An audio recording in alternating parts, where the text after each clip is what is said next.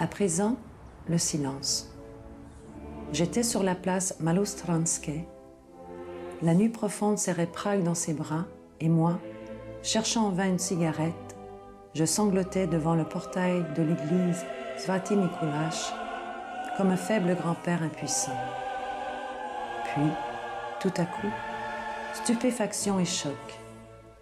J'entendis quelque part dans le silence de la nuit surgir la divine mélodie Lacrimosa du Requiem de Mozart.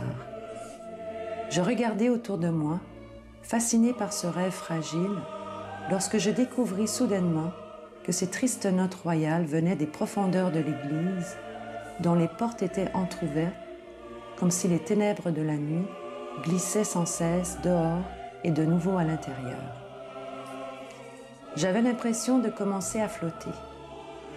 J'appuyais des pressions qui commençaient à s'endormir contre le mur et sur la pointe des pieds, très lentement, je montais les marches, puis, en faisant attention pour ne pas m'enfoncer dans les ténèbres, j'entrai à l'intérieur.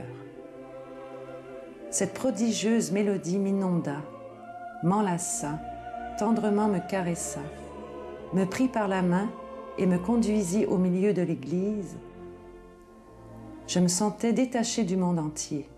Je cessais de percevoir ma propre existence et m'abandonnais à ce rêve prodigieux, à cette musique qui m'envahissait et devenait moi, ou moi elle.